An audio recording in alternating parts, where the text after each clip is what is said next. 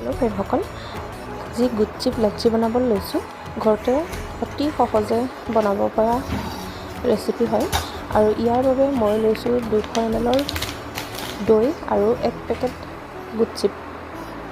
আৰু মিঠাৰ বাবে conditioner milk, চেনিও ল'ব পাৰে জোখমতে, আৰু 1 গিলাচ হোৱা জোখত পানী লৈছোঁ। আৰু এই সামগ্ৰীখিনি গোটেইখিনি মই ফেটি ল'ম দৈখিনিৰ লগত মিক্স হ'বৰ বাবে। আৰু ঘৰতে অতি সহজে প্ৰস্তুত কৰি খাব পৰাকৈ এই ৰেচিপিটো প্ৰস্তুত কৰিলোঁ আৰু খাবলৈ বহুত হেল্ডি আৰু টেষ্টি হয়।